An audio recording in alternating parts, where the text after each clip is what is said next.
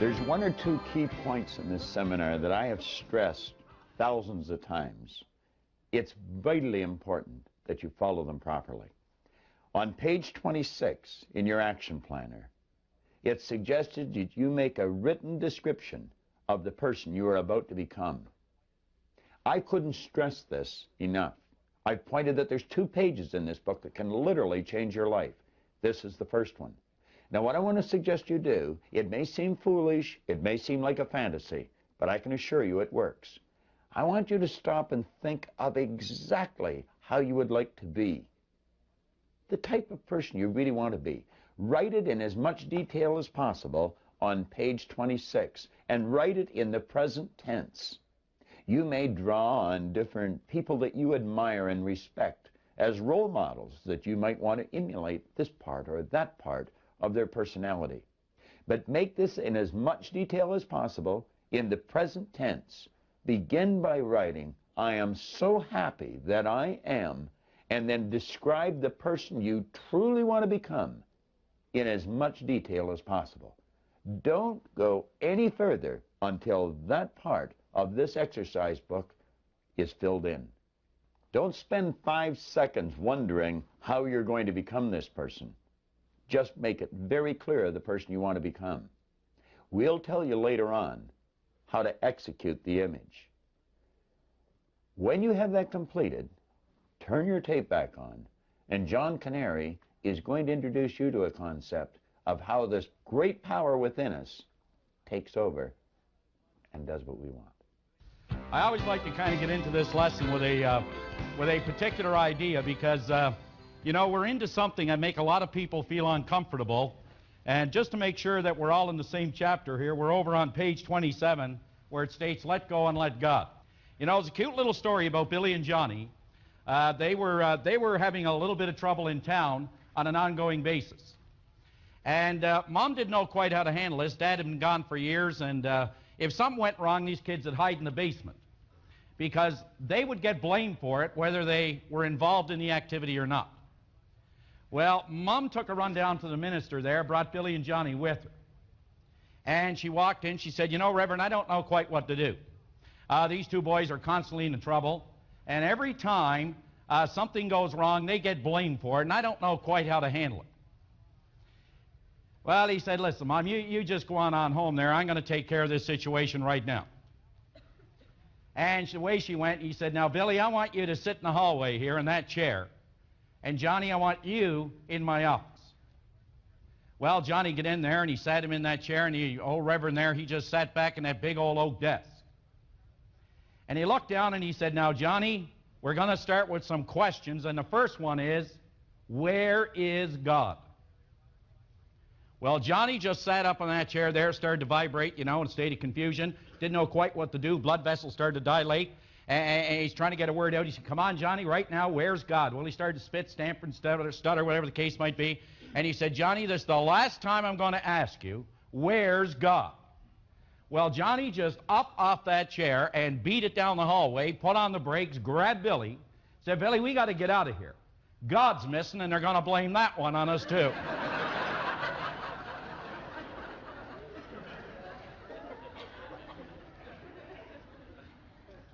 In this marvelous book that everyone has in their kit, when you pick up and you read this chapter, I want you to keep something in mind. That for 8,000 years, all of the great thinkers, they have all disagreed with one another on many, many different things. But you know, there was only one thing that they were in complete and unanimous agreement with. Just one. That there is a power in this universe. And they say that this power, that it animates, it penetrates, and it motivates the entire cosmos. Now, not too long ago in a TV show, Madam O'Hare was being interviewed by Phil Donahue. And Donahue, she's the lady who's the head of the atheist movement. And she denied the existence of any power in this universe. But one night she was being interviewed by Dick Cavett, and Dick Cavett, you see, he didn't get emotionally involved in the idea. He stopped and he started to think, and he was able to reason with her without him losing control. And she said the only good thing about believing in a power is that you get a lot of holidays. And Dick Cavett said to her, you get a holiday every single year, as all atheists do. And she said, when is that? And he said, on April the 1st. Now, if you were to go to the Ark of Apollo at Delphi, you'll see just two words inscribed over that ark at Delphi. And those two words go like this. It said, know thyself.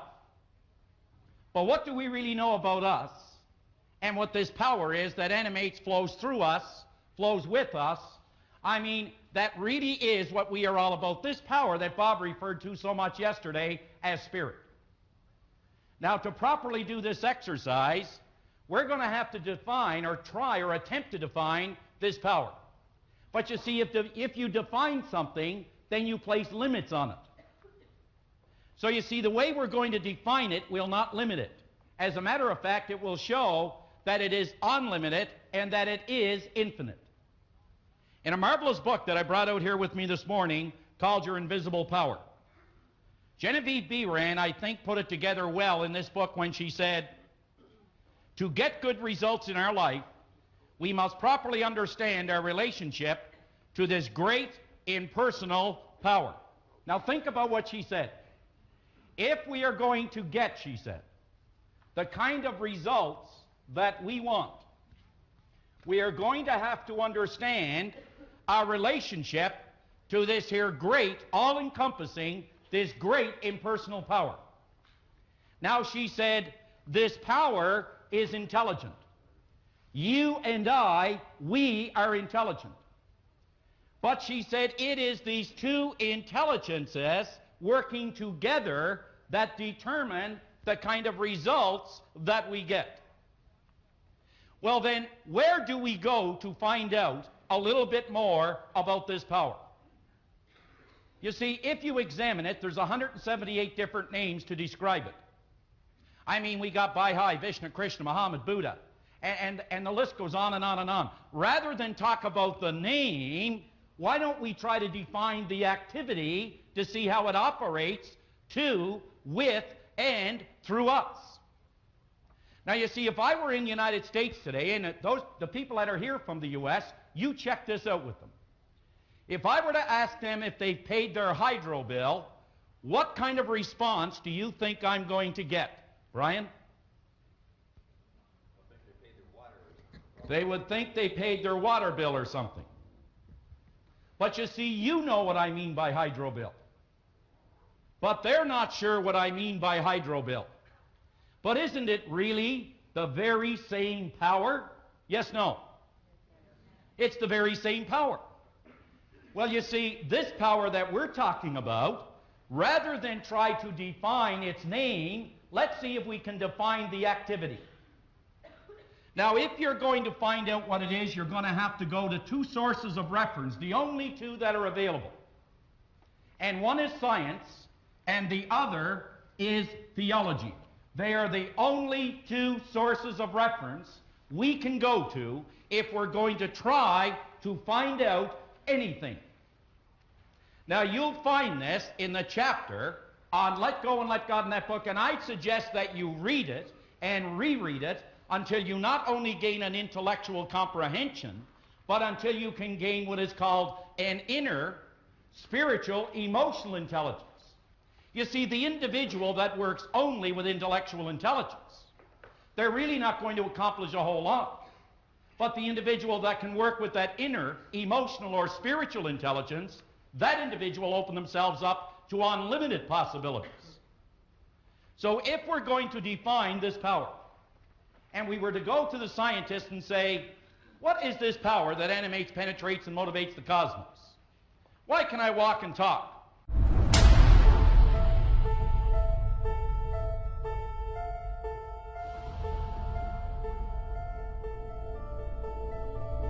What keeps that wall standing? What about night and day? Why is there such order in these cosmos? How do I know where there's a certain star going to be 1,000 years from now and time it within a fraction of a second? Well, the scientist will tell you there is a power that animates the cosmos, and the scientist will say he will call, or she will call, that power energy. That's the name they use to describe this activity. Now, if you ask, well, what is energy? This is the only thing the scientist can tell you. And remember, the word science means to know. It means organized knowledge. Well, then ask, what is energy? And this is the only thing science can tell you. That energy just is. It is neither created nor destroyed. It is the cause and effect of itself. And it is 100% evenly present in all places at all times. Doesn't that mean right in here, Shirley? Doesn't that mean right in here, Leslie? All places at all times. It didn't say 20% in Scarborough, 50% in Tennessee. 100% evenly present in all places at all times, is almighty and is all powerful. That's fine. You may say, well, I choose not to believe that. Well, you're entitled to believe what you want. But remember this, if you don't believe in something, you're going to fall for anything. So we can cross that one out if you like, but some of you will not. Well, that only leaves you one place left to go. And if you were to go over to theology, and what does theology mean? Well, theology just means one thing, the study of God, at least in this part of the world. In another part, it may be Baha'i, Vishnu, Krishna, Muhammad, Buddha again. It goes on and on and on the list. But if you were to ask the theologian, I just left the scientist, I'm trying to find out, what is this power that animates, penetrates, and motivates the cosmos?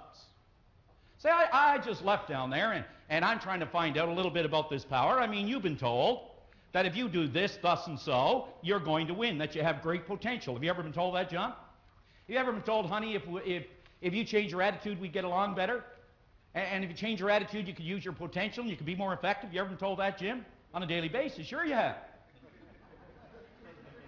But you see, the scientist, I went to this scientist and they told me something about this energy. Now you go over to the other side and you ask the theologian. And the theologian will say, yes, there is a power in this universe that keeps everything in working order. But we have a name for the power in this part of the world. What do they call? What is the name they use in this part of the world? So you see, we take that symbol and we put it on the board, and then we ask the theologian, well, tell me, what is, who is, what do you mean by God? Can you give me a definition? And this is the only thing the theologian can tell you. Because remember, you cannot limit it. And the theologian will say, there is a power in these cosmos that we call God, and God just is. Neither created nor destroyed. He is the cause and effect of himself. And he is 100% evenly present in all places at all times. Now it seems to me that I heard that just a few minutes ago. So the only thing that has changed is the name. The activity is the same. And it is clearly demonstrated in the book. You'll find in this book something Werner von Braun stated. Bob quoted Werner von Braun. Von Braun pointed out that science are studying, you could say, the energy and the force around humanity. Theology are studying the force within humanity. And they're eventually going to find out that they are studying one and the same force. You see, when we understand what B. Rand said, it is intelligent, we are intelligent, but it is the working relationship with this power that brings about the kind of results we get, because it can't do for you what it can only do through you. Gosh, I'd give just about anything for a person to get a hold of that or to understand that. That it cannot do for you what it can only do through you. Think about that. Now, would you go over to page 27 We got to move on here. And at the very top of the page, for centuries, there has been a select group of people who are the real thinkers. I mean, we could name many. Edison, Emerson, Thoreau. I mean, there are so many. We could be here all day talking about them. But every one of them, although they had different ideas and different philosophies, this is the one thing they were in complete and unanimous agreement with. These individuals have always known there is a power which permeates, penetrates, and fills the inner spaces of the cosmos, and that everything you see around you is an expression of that power, and so is everything which you feel. The power operates in a very precise manner, which is generally called law. We choose to call it God. Others may speak of it as love, divine mind, divine intelligence, Jehovah, Lord, Father, first cause, as well as a whole host of other synonymous names. But it doesn't really matter what you call it, because the important thing to bear in mind, and anyone of understanding will really admit the fact, is that it is the power that doeth the work. It's not you and I. It's something we work with. But it also works with us. In other words, everything comes from one source, and that source power always flows and works to and through you. And that is you. Stated differently, the image that you have formed can only come to you on the physical plane of your life. In other words, your results. In one way, and that is by law and through faith. Now, the second part of this particular chapter, Bob is going to work with to show just how faith moves this power into action. Keep these two things in mind as we go through it. There are only two words you need to remember as Bob walks you through this. One is order, and the other is movement. Order and movement. And when both of those are functioning together rather than working against one another, we have success, happiness, health, and wealth, which is your birthright. So let's bring on, to take us through the rest of this particular chapter, my good friend and your good friend, Bob Proctor.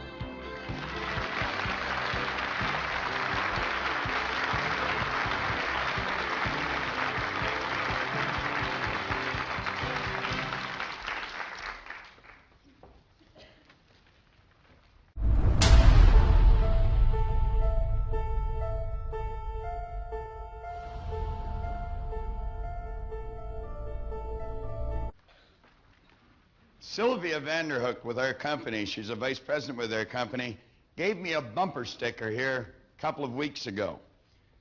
And it said, "It's too bad ignorance isn't painful." And you know, that's so true.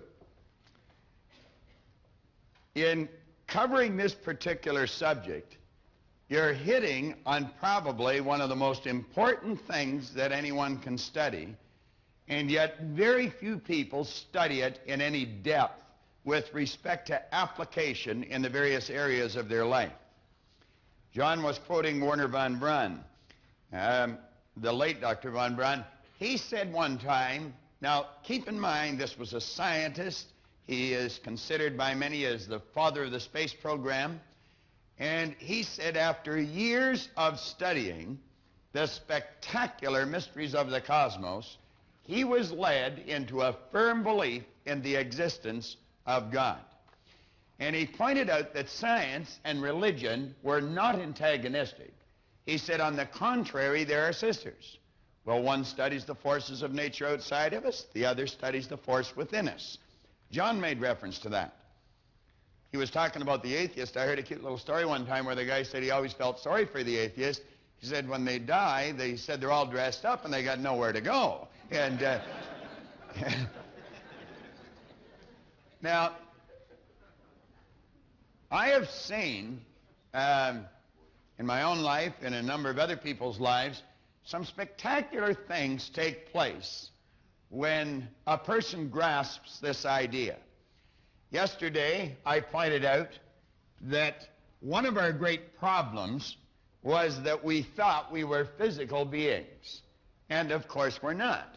If we were just physical, then there would be a limit to what we could do.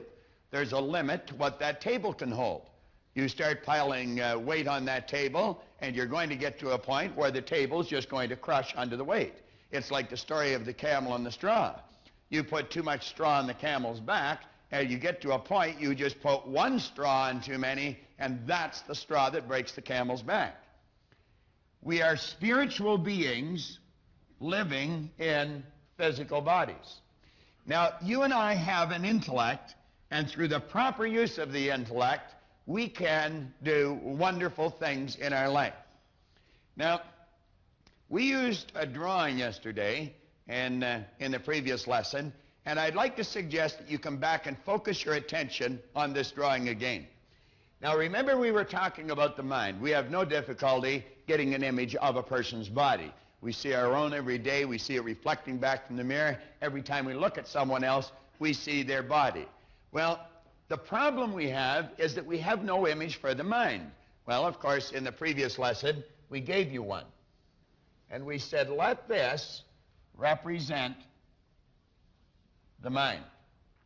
And then we pointed out to let this represent the body. And we took and we divided this, and we said this actually is the creative, or the start of all creation in our life, this part of our personality. Because as this power flows into us, we can do whatever we choose with it. And of course, we can build a negative concept, or we can build a positive concept. But we have the choice of what we're going to build. Now, ask yourself, if you could have anything you want, and it starts in the form of an image, what would you start imaging? Because that's really the name of the game. It's name it and claim it. Now, this works both on a negative as well as a positive basis. Because as you take this image, you can accept it, you can reject it. As the images come into our mind, we can do anything we want with them. We do not have to get emotionally involved with them. Now, this part is the spiritual side of our personality.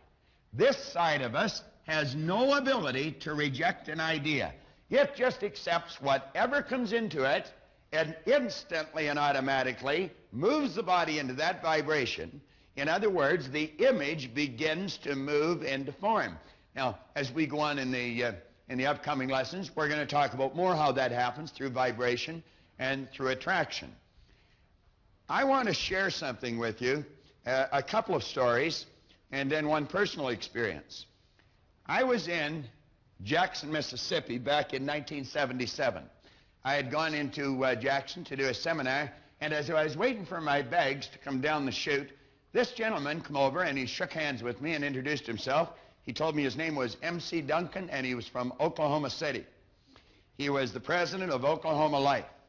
And he said, you know, I've been listening to you all week, and I've been watching you all week. And I said, well, that's interesting. Where was I? And he just laughed, and he had been listening to cassettes and watching the videos. And as fate would have it, we were there for different reasons, but we were both going to the same hotel. So we shared a cab, we went over to the hotel, we checked in at the registration desk, and then we just wandered over in the foyer and sat down and started chatting. Now, you're going to find that everyone that starts to study themselves, they become great readers. They always want to get into good books because they want to find out more about the subject. It's so fascinating. Well, he and I got talking about the various books that we liked. And we had read many of the same books. And I asked him, I said, have you ever read any of Robert Russell's books? And he said, no, he hadn't. Well, I had an entire set of them. I think there were 8 of them. I had them in my briefcase. Now, I had been reading these books, and I'd give them away here and there. And I just picked up a new set prior to leaving town, and I put them in my briefcase. So I took them out, and I gave them to him. And he looked at me a little strange, and he said, well, let me pay you for them. And I said, no. I said, don't pay me for them. I said, you just take them and enjoy them. And, you know, I just smiled, and I said, you know that you can never give anything away. It always comes back, in fact, pressed down and running over. I said, that's the rules. And he laughed, and he said, yes, I know. Well, when I got back to Chicago, to my office, I began to get inundated with great material from M.C. Duncan. And the first thing he sent me was this transcript of a minister's sermon that was preached on November the 21st, 1976. Now, I received this on the 3rd of March, 1977, so the sermon was only a couple of months old. It was delivered by a Reverend Norman Neves at the Church of the Servant in Oklahoma City. And M.C. Duncan wrote here, "Insist upon miracles today." Here he wrote, "Bob, first 4 paragraphs, great story about wrong thinking, etc., etc. Best regards, M.C. Duncan." Now, this is a classic. It really is. Keep in mind, this is how a minister is starting the sermon in Oklahoma City. He began by saying, "I read a story in the paper the other day that not only caught my attention, but that continued to hold it and hold it the further I read. It was a story of a railway employee somewhere in Kansas who accidentally locked himself into a refrigerator car and then who wasn't able to escape. Perhaps you read the story also and know what I mean when I say it continued to hold my attention." Now, he said apparently this man had banged and banged on the side of the car to attract someone's attention, but apparently also no one heard him. So he finally gave up and resigned himself to his fate. Sometime during the night, as he felt his body becoming numb, he began to scribble some sentences on the wall of the car. Sentences recording some of his last sensations as he moved closer and closer to death. The first sentence said, "I'm becoming colder." The second sentence, a little bit further down, said, "Still colder. Nothing to do but wait." Then it said, "I'm slowly freezing to death. Half asleep now, I can hardly write." And then down at the bottom, this sentence which said, "These may be my last words," which in fact they were. When the railroad car was opened the following day, they found him dead. But let me tell you something that's really startling about this story. The freezing apparatus on the car had been malfunctioning. It had not been operating properly for several days.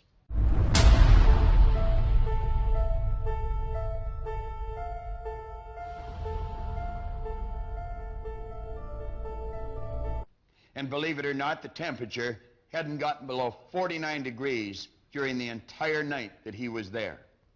In other words, this man had become the victim of his own illusion. He had presumed that his time had come and his life was over, when in fact there was no need of that presumption at all. And so, even though the temperature had never fallen below 49 degrees, this man died nevertheless and isn't here to enjoy himself today. Neves went on to point out, he said, there's a lot of us that do that with our lives, aren't there? We misread the signs of our predicaments. We presume that things are worse than they really are, and so like that man, we too become the victim of our own illusion. We die, if you will, even though the temperature of our circumstance never even gets close to freezing. Now, you see, this man used his reasoning factor, and he used it incorrectly. He let what he thought were circumstances control his thinking. That's the image he put in, and that's exactly what he got. Do you think maybe that that's what Moses was talking about when he talked about that reasoning factor? When he said, "Behold, today I lay before you both a blessing and a curse." Now, I'm going to give you an example of someone that used it the other way. Many years ago, I made a sales call in Chicago when I first started to do seminars in the United States on a gentleman named Mel Haycraft. Mel Haycraft was the vice president of sales to the Prudential Insurance Company in their Mid-America region. Now, I did not know it at the time, but the Prudential Insurance Company was the #1 company in the world, and the Mid-America region was the #1 region in the Prudential Insurance Company out of 10 different regions. So needless to say, I was talking to a heavyweight when it comes to business. I was only in his office a few minutes, and Mel said, "Well, Bob, what is it?" And I said, "Mel, I've got a seminar that'll just get your sales flying." And I'll never forget the smile that had come on his face. And he looked at me, and he pushed his chair back from the desk, and he opened a drawer, and he took a file folder out, and he spun these brochures across the desk. Did you see all those brochures? I said, yeah. He's all those people said the same thing. I said, is that right? I said, well, we're different. We was me at the time. But if you're alone in business, you never refer to me, you see. So at any rate, I said, we are different. See, I had a brochure made up that made it look like we operated on the entire 12th floor of the Hancock Center, I thought. But at any rate, he looked at me and smiled, and he said, how are you different? And I said, we get results. He said, they all said the same thing. Now, I knew that I wasn't making any headway. If you're in sales, you know when you get to a point like that, you either have to dance or hit the exit. And I wasn't about to leave. I had a hard time getting in to see this man. As a matter of fact, an associate of mine had phoned him every Monday for a year. We couldn't get in to see him. One Monday he was sick. Mel phoned him to ask what was wrong. And that's how we broke down his door. But at any rate, I said, I'll tell you what I'll do. You give me 100 of your best people. Don't give me the worst, give me the best. I said, anyone can do something with the worst. Just give me the best. And I said, we will do a seminar. Won't cost you a dime. We'll give you the material, give you the seminar, and I said, let them be the judge of whether this will help them in their sales. He said, you got a deal. So we did that seminar. I run into a chap in Detroit here just a little while ago, Carl Walker, that was in that group of people. I remember Carl sitting in the back row. I'll never forget Carl. And about halfway through the seminar, he kept getting up and down and up and down and up and down. The guy was getting so excited he couldn't stay in the seminar. He had to go out and sell somebody. But at any rate, that's a true story. Carl's over in Detroit, and Carl, you'll be watching this. You'll remember as well as I do. We laugh about it every time I see him. But at any rate, we passed the test. I found myself in front of 450 of their district insurance agents at the Hillside Holiday Inn in Chicago.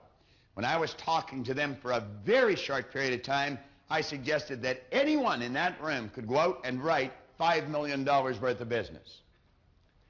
Now, when I mentioned that, you could just feel, wham, the minds go closed. I'd lost the entire group. Now, do you see, what we were doing and what was different, we were introducing this element right here to their sales, to the psyche of their salespeople, to their sales presentation, to their belief system. They had never had that mixed in with their training before. This chap come up to me at the first break. He says, Proctor, he said, did you ever sell insurance? And I said, no, I never have. He said, I didn't think so. I said, why are you saying that? He says, you don't know what you're talking about. Oh, I said, no, hold on a second. I didn't say I didn't know what I was talking about. I just said I've never sold insurance. I said, I don't know any more about insurance than the doorman or the salad chef in here. I said, I'm operating on the premise you already know how to write $5 million worth of business. He looked at me and he said, well, wait just a minute. He said, you know this company is 100 years old? And I said, yeah, I'd heard that. He said, you know there's 20,000 agents in this company? And I said, yeah, I'd heard that. Well, he said, did you hear that we've never had one write $5 million worth of business? Well, I said, then you can be the first. Yeah. Now, this was around the end of August. He said, you said this year. I said, that's right. He said, the year's over half gone. I said, then it won't take as long to do it.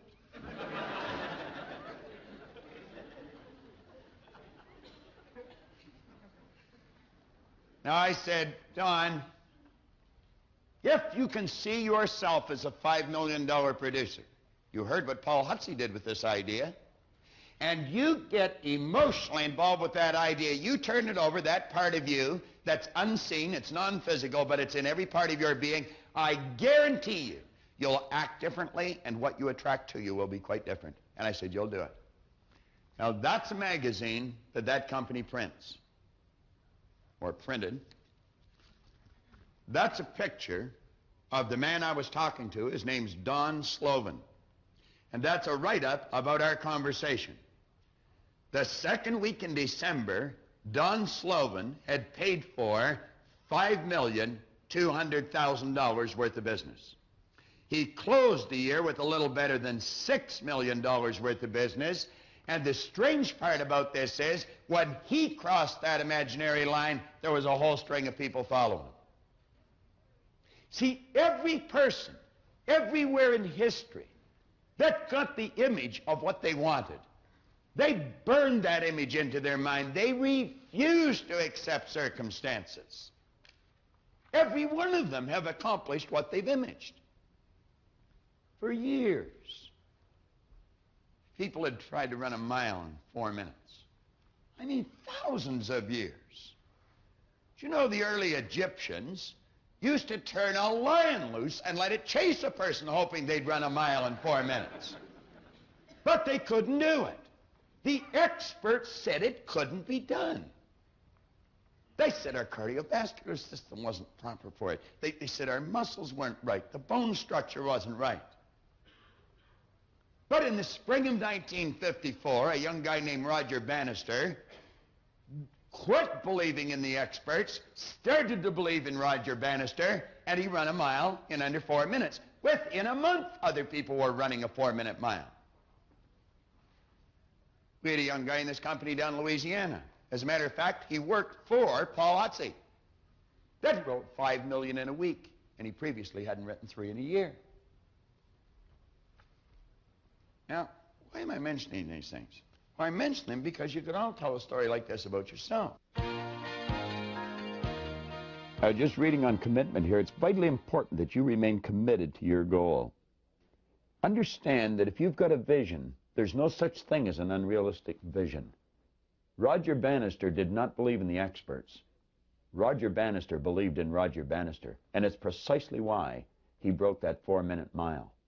You can do it. Don't listen to the people that tell you you can't. I want to introduce you to a lady that has a phenomenal vision. Susan Busey. Relate to her and the goals she set. Do you have a dream for your business? Oh, yes. What is it? Without being a cliche, to be a household name, but to be the best service in the world. Susan Busey said, the very biggest and the best in the world. Susan Busey started a maid service. They're cleaning homes. And she wasn't satisfied just to work in her own neighborhood and earn a few dollars. She wanted to develop this worldwide. I received a call from Susan just within the past week. Susan is opening in the Orient. She has a contractual arrangement with Japanese business firms, and she's going to be opening her business in the Orient. Susan Busey, like Roger Bannister, did not let people telling them they couldn't do it stop them. Don't let anything stop you. You stay committed to your goal. Keep that dream in your mind, and understand the power within you will execute it if you just hold it there and give it everything you've got. It was his stick person concept, letting go of the past, which I was quite prepared to do, and I'd never heard anybody say to me, let go of the past in such a way that I did. Take a look at the future with optimism and fight. If you want something bad enough, go for it and get it, and I did.